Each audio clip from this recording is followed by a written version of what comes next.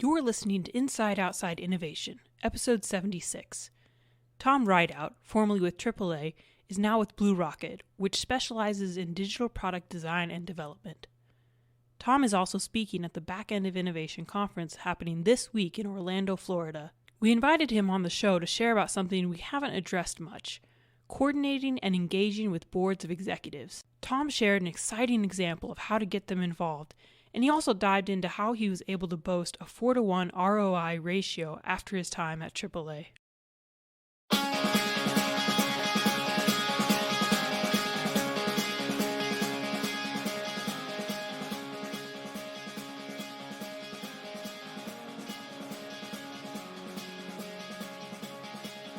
I think one of the most common mistakes people make working with boards, whether they're internal boards, a set of executives put together to oversee, the innovation effort, or if they're external boards that are really put together to, mind the governance of an overall enterprise.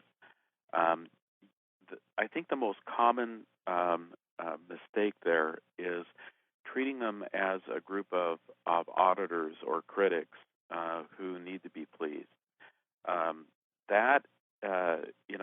They need to, support, they need to be engaged, but they're an enormous asset. And so when it comes to commercializing an innovation, to be able to take it from incubation to production, to begin the process of scaling it, the boards need to have been set up, and they need to be your ally in creating the expectation among the executives in the organization that that's what their job is, to help do that, or plow the ground to be able to create new operations that are tuned to deliver the new innovation. And boards can do that for you. That is so critical. I'm glad you hit that point, because we see a lot of organizations, when we were at the Lean Startup Conference in San Francisco last fall, I think there are more corporations there than startups. This is one of the tipping points there. And what you saw is that there were a little bit of shopping, but what you saw was people who were looking to add tools, right, to the baseline levels of the organization, of their product teams, the labs, incubators, etc. And not all of them were equally figuring out how to equip their executives. And to your point there, you have to be doing that in parallel, and if not even a little bit before you get into actually how are we bringing in the right methods and tactics. You have to make sure the executives are coming along so that they're shifting their mindset and the types of questions that they ask, et cetera, in this whole endeavor. Like so many things in change leadership, you're so much better off, rather than simply trying to inform and get their approval, of engaging executives and boards into generative activities so that they're actually a part of the solution. And they're, in general, what you've got is this incredible asset of brilliant people who are among the best connected people you'll ever meet. At least that's been my experience with boards. And so what you want to do is get them up off their feet and engage them in tapping that expertise and bringing their networks to bear on the solutions that you're providing. The same sort of thing that you would expect, the venture organizations that lead startups, that's the exact same role that you need to kind of create the opportunity for boards to be able to do. I'll tell you a story. I worked in an organization where one of the leaders of the organization who had the primary board contact responsibility was frustrated because the only things that she could get out of them were occasional head nods and one-word answers and so forth. And I said, well, let me give a crack at him. Have you been able to get him to stand up and move around and do things? And he said, oh, God, no. That just, that doesn't happen. So, well, okay, let's have some fun. I mean, what can you do? I mean, fire me. I'm used to that. I'm in innovation, for gosh sakes. And so we sat down and we said, look, we trotted out. We're working at a kind of refining our strategic intent. And so we took Larry Keeley's 10, dimensions of innovation, and I said, look, you guys. In this case, it was an internal board of insurance executives who knew their business as well as anybody on the planet. And we said, hey, you know what? Let's do a shortcut. Instead of spending $500,000 in 6 months, let's at least get started by having you identify the areas that are most and least innovated in our space using these 10 dimensions. And they got off of their seats and they put little dots on the wall next to them and had a great discussion about what was and wasn't happening, and quickly identified the two primary areas of focus that were under-innovated. The price that I paid for doing that was having to throw them a bone for another area that was over-innovated that they just really couldn't let go of. But doing that kind of thing, they're just like everybody. They'll get enthusiastic once they start becoming a part of the activity, as opposed to the last thing you want to do is set it up as an us versus them, and justification using words like that means that you are not. You need to create a collaboration with a board, because they need to be equipped, and they have enormous assets in their own minds and their network. So tap into their networks, use their expertise, get them out of their chairs, get them involved. Anything else when we're thinking about rallying the support of leaders or boards that we should do, or maybe even things to avoid that maybe you've had experience with in the past that didn't work?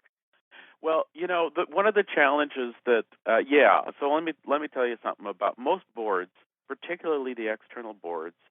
If you go in and say, just like you would with a lot of internal organizations, and say, well, look, last quarter we talked about this. This quarter we're going to talk about this other topic that builds on the last.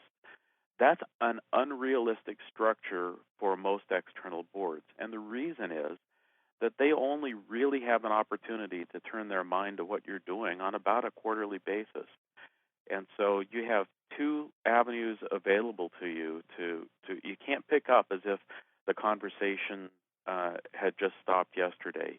You need to backfill, you need to refill, you need to remind them. Repetition and having core themes that they hear on a repeating basis that you can build off of are really the kinds of things that you need to be able to do to engage them. And making sure you get the core right and making sure they're aligned with the strategic intent, that they are there to help you rolling out something to figure out how to clear the way to get something incubated, or for that matter, for the top level staffing issues. I mean, one of the biggest failure modes for innovation organizations is that the top level executive who has sponsored them and been a champion for them leaves and is replaced by somebody who's less enthusiastic.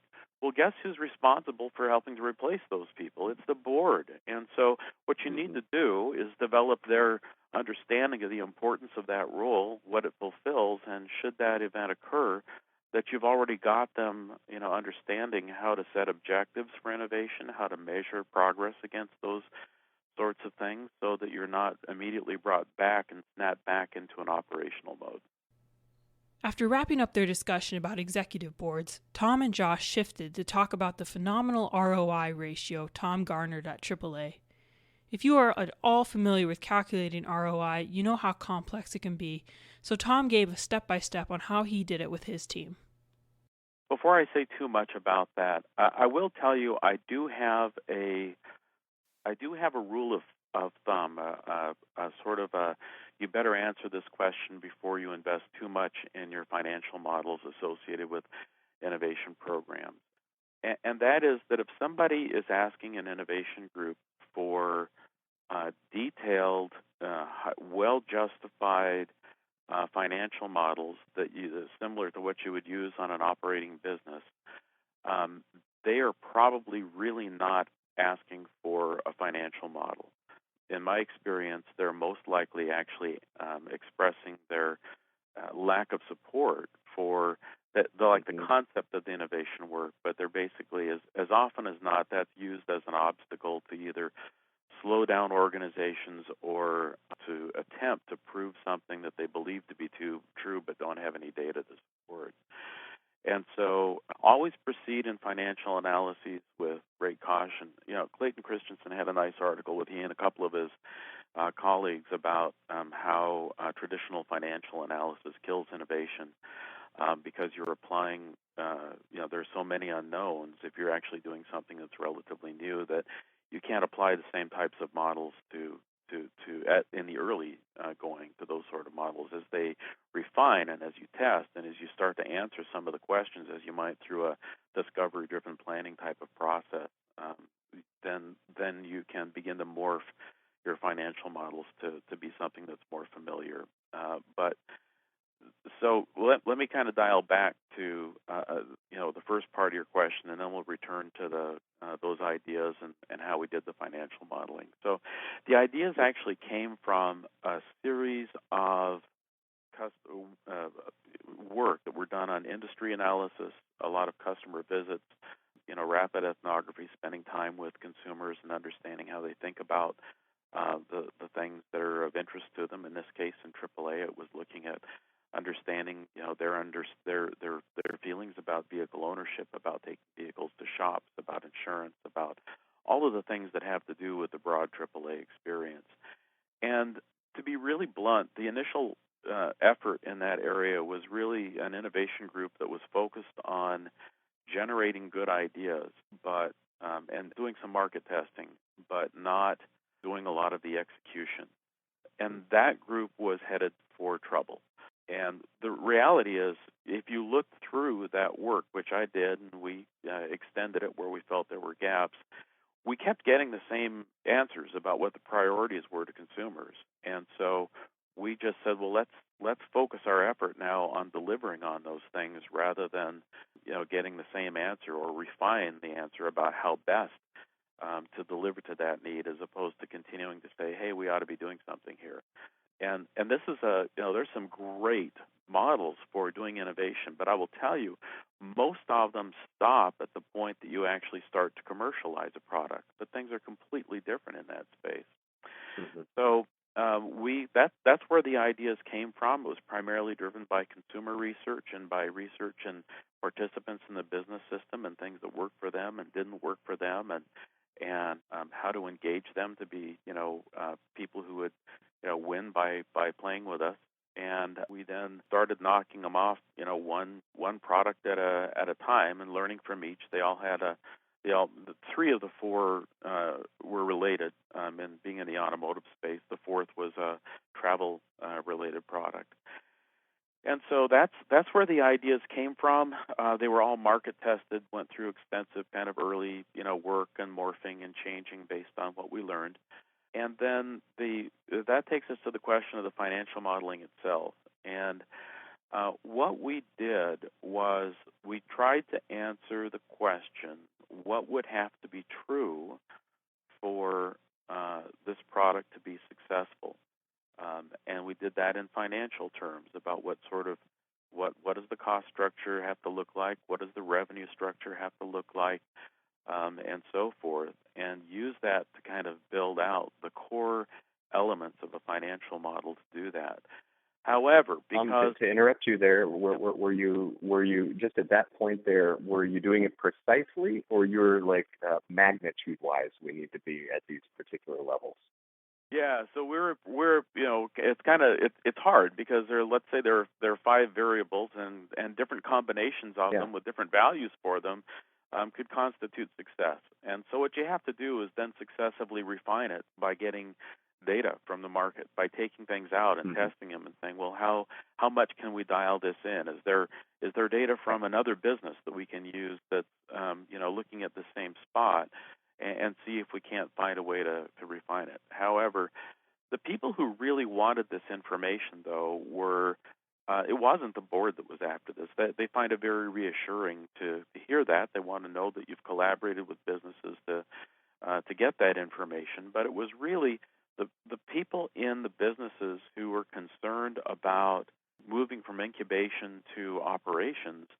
They wanted to be able to immediately cast it in the context of their world of how operations work, and that's understandable. And so what we did was this was done, all of the values, all of the results were actually driven by inputs from the businesses. We did a lot of the homework and groundwork for them ahead of time so they could pull information in easily, but we had to do it through the businesses. Now, when they did that, and we plugged the values into the system about what they thought were realistic assumptions, much to their surprise, the economic model turned out to be far stronger than they imagined it could possibly be. And so then we applied a lot of science and cut all of the values about in half.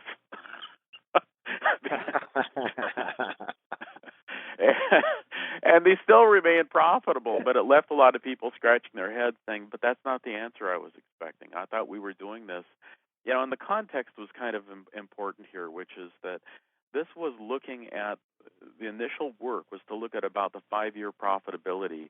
Would we be exothermic? Would we be generating profit in within the 3rd year of operations, and would we recover the earlier years downstream? And we found out, in fact, that no matter, most of the assumption that you put in there, there's just not a way in this case to get out of profitability. But interestingly enough, we weren't doing these projects for the purpose of short-term profitability. We were doing them for the purpose of long-term relevance and survivability, of being able to say, look, there are a lot of big trends out there in the automotive and insurance world, and we need to be out in front of them. We need to be able to evolve our value proposition to be able to stay current, relevant, and engaged with our consumers. And that's a payback that's much further down the line, because you have to attain the market position to be able to get that type of benefit. And so this was a story about a self-sustaining set of products that would achieve a strategic outcome. That's extraordinary, and that's what I thought was so cool about that experience.